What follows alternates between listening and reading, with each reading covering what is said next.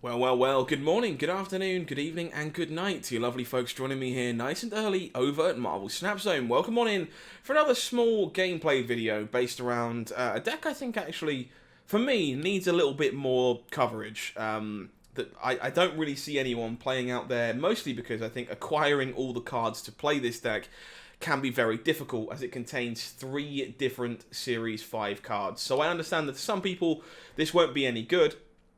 You are nowhere near playing this deck, nowhere close to playing this deck, but I do think that makes it a prime candidate for refinement to still be worked on because a lot of people haven't had the time to actually get their fingers stuck into this.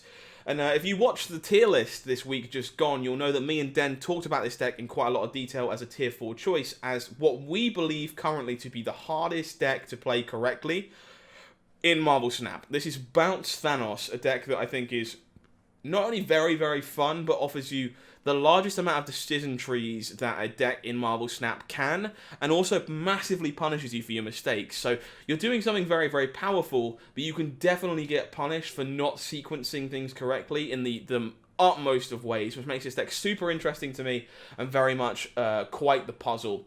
For what it's worth, I do think this deck is playable without Valkyrie. I definitely think you can play a version of this without Valkyrie. You can probably play a card like Devil Dinosaur instead to try and maximize a lane all by itself and make the most of how full your hand is going to be. But I do think Bast and Thanos are probably required to make this one work. Maybe not Bast at a push, but definitely Thanos. I'm not entirely sure what you replace Bast with, though. So the whole goal here is we are based around Thanos, a card, of course, that hasn't really found a home. We've talked about it a few times on the channel. It's definitely a favourite card of mine to try and break because it's such a puzzle to try and figure out. It turns out the power of Thanos is not really from himself. The 18 power card will turn up every now and then, but for the most part you are trying to utilise the stones. The stones here offer you a variety of different effects as you draw them as they come into play. You can draw more stones, you can do things like, getting extra energy next turn, you can move cards from locations to other locations, you can give your opponent's cards less power, you can change locations into new ones, and of course the power stone at the end giving Thanos the big bonus. For the most part though, outside of the power stone, the important part is these all draw a card. They all replace themselves when you play them, which makes them prime candidates to play alongside cards like Beast as things you can pick back up, play again, pick back up, play again, and draw approximately 1 million cards over the course of a game as a result of this. If you're picking stuff up and playing it again, the best ways to benefit from this are things like Angela, which of course you can then use things like the Space Stone to give more power to by moving something out of the location you played it next to her in. Things like Bishop, for example, that allow you to just stack up massive amounts of power because you're playing so many cards. These are great ways to benefit from that. We even get to play all the stones for free thanks to Quinjet, which is obviously just very, very powerful all by itself.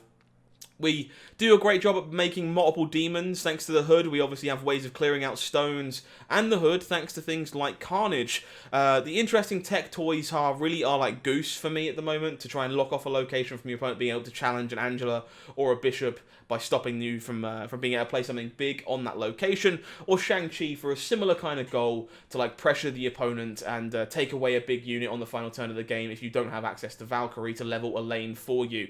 The most interesting part of this deck for me though is that Blue Marvel of course works very well with all the stones, much like Bast does, to give the stones real power and turn them into real threats. Alternatively, Blue Marvel also means Valkyrie will just win a lane for you all by itself. If you have no other choice, because it means that you're buffing your stones, your opponent's cards that get Valkyried will not have a buff. I think this deck has so many moving pieces and so many decisions, and I think that makes it one of the most interesting, most difficult to play decks in Marvel Snap, of which there is currently just very little gameplay. So I'm going to hop on over and play a small handful of games with this deck for you today, and hopefully we can get a better look at what it's like.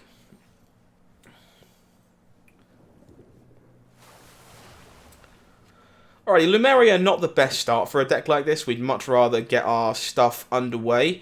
I do think, at the moment, we're probably leading on the Mind Stone, though, to fill our hand back up with more stones next turn. It's tempting to lead on the Hood, but I think for the most part, keeping this information safe, maybe being able to even play it into Death's Domain, probably slightly better. I am pretty happy to Soul Stone as well, cantrip on through. Draw some more cards to buff with Blue Marvel and or Valkyrie. We obviously don't want the Hood to be alive for the most part because hey, it's -2 power. Opponent with the gold back Nightcrawler, very nice. The Triskelion tries to fill our hand with rubbish, but thankfully it's already mostly full of rubbish. It's kind of funny. Okay, so I think There's a chance Death's Domain is better for us than it is for our opponent, but I think the Nightcrawler actually just already kind of means that's not the case. So I'm going to stack up some stats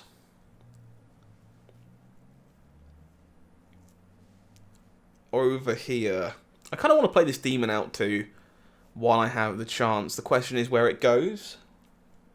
I think I'm putting it in Lemuria at this moment in time. Opponent does move their Nightcrawler across. Oh no!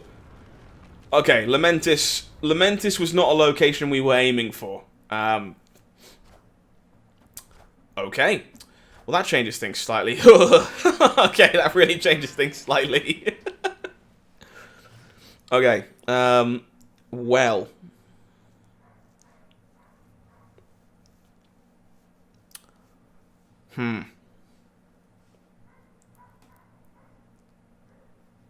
So what are the... So I'm looking to play Blue Marvel Valkyrie here. So I suppose it's pretty free for me to challenge this with a card at least, so that Blue Marvel can threaten it in the future. So I think I'm going Carnage Craven, so that theoretically I can threaten to win flooding. Probably not winning flooding if my opponent's got a decent Wong follow-up. We will see. So let us go. Where's this Blue Marvel supposed to go? I think it's supposed to go over here with the intention of going Quinjet Valkyrie mid. That is the plan. Opponent will Maria Hill. I guess this was generated at random would be my best guess. Ironheart juicing some stats across the board. We thankfully take those stats off of the mid lane here. The question is whether or not we... So we're revealing first, which is a bit of a shame. We're annoyingly too far ahead here on the left. I'm willing to give this a shake, I think.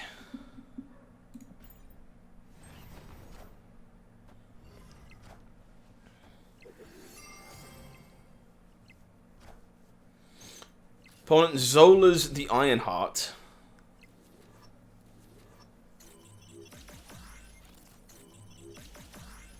Which does hit the Storm, and then hits the Wong. So this then ties mid. Do we win this on Breakers? We do. By 1? Oh, dude. Oh, that one's razor thin. If the opponent hits the Wong first, we do not win that game. But we do if they choose to hit the... Well, they then choose to hit, you know what I mean. Hit the Ironheart first.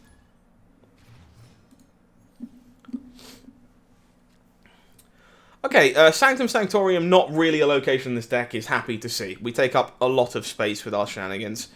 I am going to Time Stone to try and hit the turn 2 Bishop. Goose, interesting. Goose is probably very good if Sanctum Sanctorium is turning a location off, though. Okay. The turn 2 Bishop is what I want. I have to accept that the Time Stone is taking up a space here, I think. I'll look to Carnage away the Mind Stone and some other stones on the right-hand side here. But would like to find the Space Stone to move something into Sanctum Sanctorium. I think that's going to be the big find for us. Vormir, sure, we don't care about that. Shrinking Thanos kind of sucks, but we can live with it. I think there's a good chance we don't play it anyway. So I guess we would like the Mind Stone to die.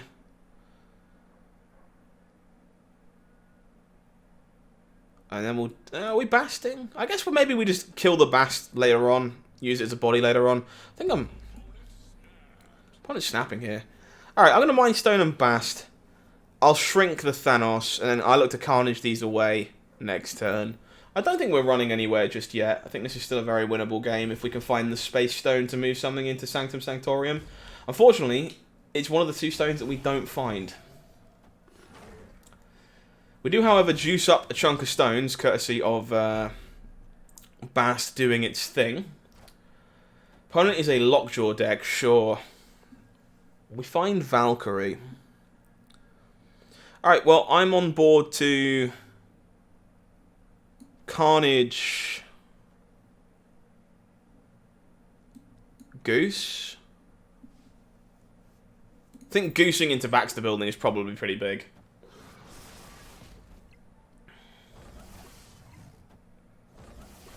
Really looking for the Space Stone here to help lock up this game.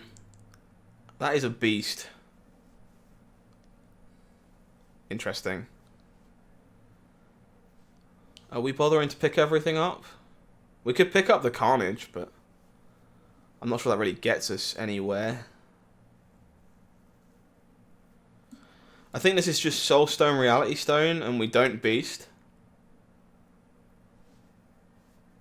Too late to find the Space Stone now, though. Yeah, this is kind of rough. Sanctum Sanctorium is a very hard location for us to win when you don't find the Space Stone. Very much going to come to either if we can shut off Vormir from doing anything good for our opponent. Shuri's Lab. Okay, well, we drew the Shang-Chi to maybe capitalize on that.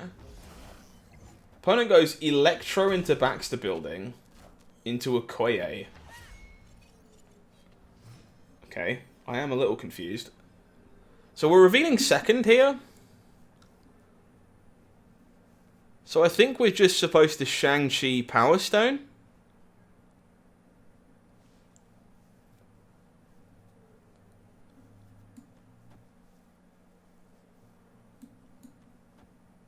I think this is what we're supposed to do, revealing second. Lockjaw sends this back, and if it hits anything big, we just Shang-Chi and kill it.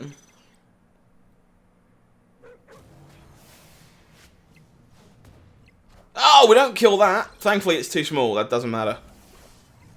Alright. Bread and butter. Very smooth. Opponent looks like they got kind of caught by our goose, to be honest, making it very hard to play into Baxter building. So not actually punished all that much for not finding the Space Stone there. Let's see if we can finish off this 3-game set with a perfect record for Bounce Thanos and show you a little bit more about it. It would be nice to get another Valkyrie finish. Maybe play the Thanos itself. Okay, so I think overall sewer system is reasonably bad enough for us that I'm going to turn it into something else. Tinkerer's Workshop means we can play the Bishop early, theoretically. Instead of playing the Angela early. That seems pretty good. Bishop into the big house is also just pretty good all round, I think.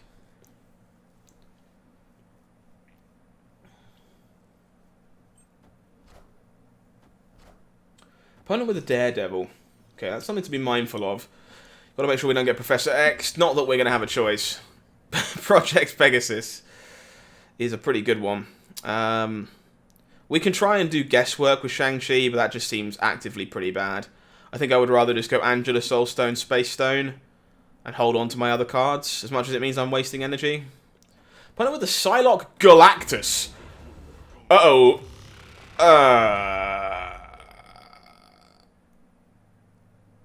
Okay, this one is going to be interesting if we can try and sneak the Shang-Chi or Valkyrie in here, but... Okay. So we're going to have to sheepishly pass for... I think Goose is tempting, but definitely not worth it, because they can already play Death if they want to play Death. I think I have to lose Reveal priority, and then steal this with Valkyrie or Shang-Chi. Well, there's the Death. So if they Spider-Man me, they Spider-Man me. I'm willing to lose the game as a result, but I want information about whether or not I should be trying to I talked myself into it.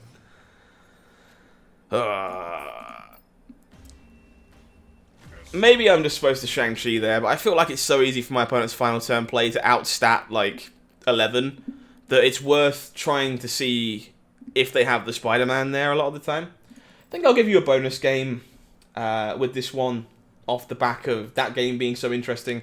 Like, normally that's the kind of game that I'm like, I might not make the cut of the video, but I think that's interesting enough that I'll probably leave it in, even though it was a bit awkward. Okay, well, we don't want a Reality Stone into Gamma Lab. We will Time Stone with the intention of going, like, Bast Quinjet next turn, I think, probably. Try and make a chunk of Hulks. Vormir is mostly fine. Do we just make... How many Hulks do we want to make? So I guess Quinjet we would prefer to survive right now, if at all possible. And I guess we want to hold the Reality Stone mostly. So let's go... I guess maybe the Power Stone is just powerful enough by itself. I guess, to be honest, we'd rather hold the stone that gets buffed by Bast if we're doing this. So let's do that. Let's make some more Hulks. The question is if we go to make the 4th one or not. Opponent sends Bucky Barnes to his immediate death. Makes a lot of sense. Apparently not immediate because Vormir struggles with this animation somewhat. But that's okay.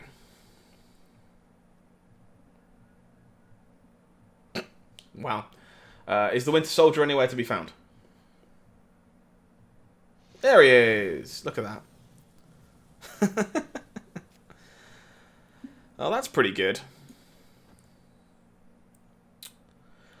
Are we making 4 Hulks? I think so. And I'm going to hold this Reality Stone for now. Opponent will turn Carnage into a Hulk. Makes a lot of sense. I'm expecting to eat a massive Shang-Chi because that tends to be how things go when I go for the 4 full Hulks. I can actually move one of these. Dude, that's so good. Oh, we're totally doing that. So let's move a Hulk out. And then we can go... So we haven't turned off Vormir here. So if we want Angela mid, we actually have to play the stone first and have it die. Well, it won't die because it's Reality Stone. That's why we kept it. So I guess we do that. It's not ideal, but probably the best use of our stuff here. Draw some more cards thanks to having a Hulk in Asgard. That's so cool. Space Stone doing its thing even when it gets turned into a Hulk. Gives us some counterplay to Shang-Chi as well.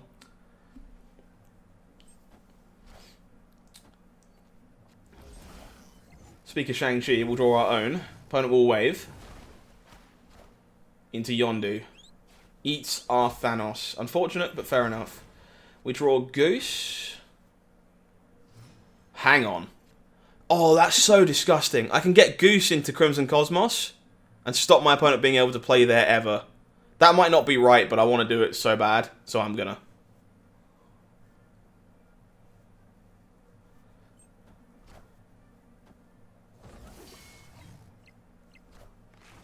Okay, opponent chose to go there with the She-Hulk, so now we can't... Okay, we're revealing first, which is fine.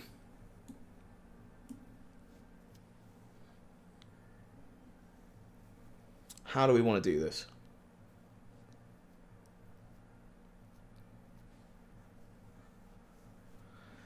Because I think I'm going for...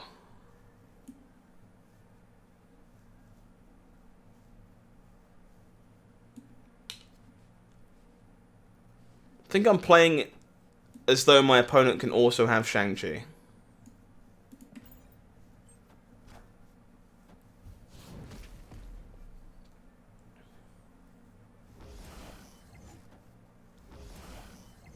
Which they certainly can. Which means we still win on tiebreakers because we thought about their Shang-Chi. Look at that. That's a sweet game. I'm glad that we played that one and got it on camera. This deck is hot. It's very, very cool, and I'm hoping we can keep working on it in the near future because it has so many moving pieces. It's so very interesting, and I think it is genuinely one of my favourite decks in the game right now. And hopefully more people have the chance to enjoy it soon with a bit of better access to some of these Series 5 cards. If you have enjoyed this video, do me a favour. Like the video, subscribe to the channel if you haven't already, leave a comment down below, keep the algorithm happy, all that wonderful jazz. But until next time, I have been HowlingMines. You've been amazing. And this has been Marvel Snap Zone. Take care of yourself. Have a good one.